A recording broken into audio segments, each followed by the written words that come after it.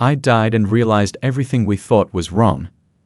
Once upon a time, I was an avid long-distance runner, dancing through life's journey with the rhythmic beats of my heart and the pounding of my shoes on the pavement. Little did I know, the vigorous nature of the sport took a toll on my joints over time. The repetitive motion, intense workouts, and occasional encounters with trauma left my joints battered, leading to arthritis. The pain in my legs became a constant companion, making even a simple walk a challenging task. I tried various treatments, but none provided the relief I sought. In my quest for solace, I turned to prayer and found comfort in the verses of the Bible. When surgery became the recommended solution, I reached out to my family for their prayers and support. On the morning of the surgery, a surprising calmness enveloped me, noted by the observant nurse. As I braced myself for the operation, a sense of peace, born from faith, and the anticipation of relief embraced my spirit. Upon entering the operating room, I received anesthesia and my consciousness started to blur. Soon, I felt discomfort and my heart started beating irregularly. Breathing became difficult, as if a force hindered it. Despite trying to open my eyes, I couldn't feel my body. I experienced fear and constant struggling, realizing I might be reacting severely to a drug allergy or complications. In this moment, I hoped the doctor would act swiftly to restore normal breathing and heartbeat. The world went quiet and my pain disappeared. When I opened my eyes, I found myself on the ceiling of my room. I overheard the doctor instructing the nurse to get more blood bags. Despite the pale appearance of my face, I felt no alarm. I moved through the walls, noticing an elevator opening in the hallway. A man in a black jacket, carrying a briefcase, rushed out. He engaged in a conversation with another doctor at the entrance to the operating room. The content of their conversation escapes my memory, but the man in the black coat was also a doctor, and they were arguing. Suddenly, I started to ascend through the hospital ceiling, pulled by some mysterious force. Crossing the roof, I found myself over the hospital. Exiting the hospital, I traversed the city at a high speed, oddly feeling no wind. Eventually, I entered a cave-like area, swiftly moving until a small bright light appeared ahead. Entering the light, I saw the back of a man ahead of me. I subconsciously thought I should follow him.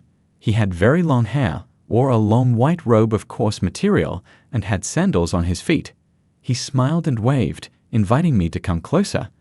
As I approached, an unspeakable joy and peace enveloped me.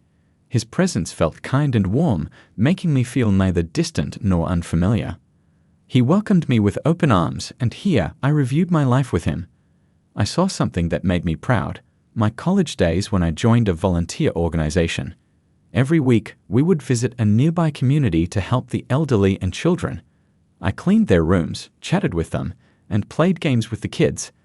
I recalled a special moment when I accompanied an elderly grandmother who hadn't been out due to poor health for a walk in the park.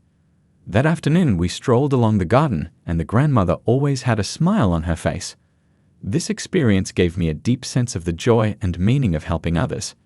However, as I looked back on my life, I also saw something that made me feel ashamed and remorseful. During my college years, I copied someone else's answers in an exam and ended up with a good grade. Seeing this incident, I felt guilty and regretful. I knew I had cheated myself and my professors. When it was all over, I turned my head and looked at Jesus. His expression was gentle and forgiving, without reproach or praise. I felt a little nervous and worried, wondering what he thought of me. After a while of silence, Jesus suddenly spoke up and asked if I wanted to hang out with him. I felt surprised but also very happy. I replied, sure. We walked up a flight of steps, and before us was a gorgeous, idyllic landscape. The meadow was full of bright flowers I had never seen before, and there was a small river. We came to the river, and on the other side, I saw loved ones who had died. They were gathered together, including my father and grandfather.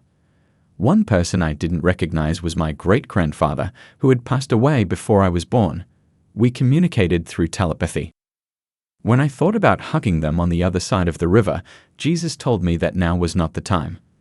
I followed him for another distance along the river and saw a beautiful Greek-style building in the distance. It was vibrant white with many steps leading up to it and huge columns in front of the door.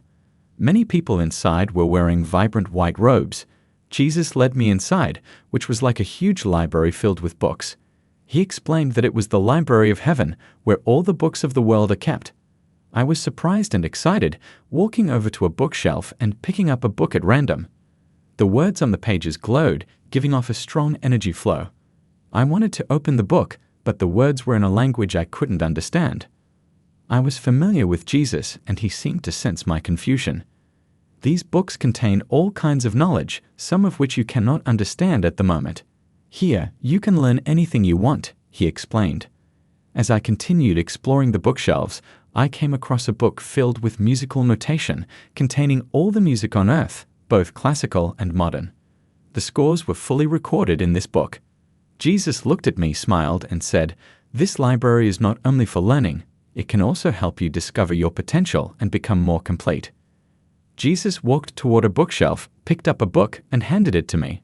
Opening it, I found a record of my entire life, from childhood to the present. Jesus said, "These are your histories, and I know every moment you have experienced, for better or worse.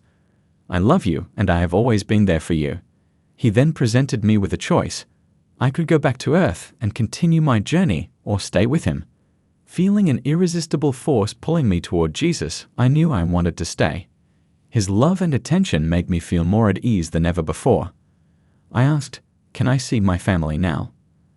The next thing I saw was the hospital scene, where the doctor was talking to my mother. Although I couldn't hear their conversation, I witnessed scenes of family and friends saying prayers, each prayer appearing like a note stretching toward where I was. Remembering that my father died when I was young and my mother worked hard to raise me, I shuddered at the thought of leaving them behind.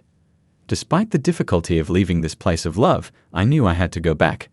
Jesus explained that if I chose to return, most memories of being there would be erased. So, I'm talking to Jesus, right? And I'm like, "Hey, I want to go back to Earth." And he's all cool about it, smiles, nods, and even gives me a little head pat. He's like, "No worries, I got your back. I'll always be there to protect and guide you." Next thing I know, I'm waking up in a hospital bed, and there's a doc checking me out. Took a deep breath, felt stronger, knowing Jesus had my back. Spent 12 days in the hospital, feeling confident I was back for a reason. So when I'm home, I spill the beans to my mom. I'm like, "Guess what? My soul took a little vacation during surgery." I start telling her about this doc in a black jacket I never met before who saved me. And then I drop the heaven bomb, but mom's not buying it. She's giving me the side eye, thinking I'm making stuff up. But then I hit her with meeting my great-grandfather up there, and suddenly she's all serious. She's like, "Describe him, every detail." So I spill the beans on his tall frame, white beard, and a mole under his right eye. Mom's jaw drops because I never met the guy, and there's no picture of him anywhere. Now she's a believer, thinking it's no coincidence I saw Jesus and described great-grandpa exactly. Shocked her to the core, but now she's all in on the whole heaven thing.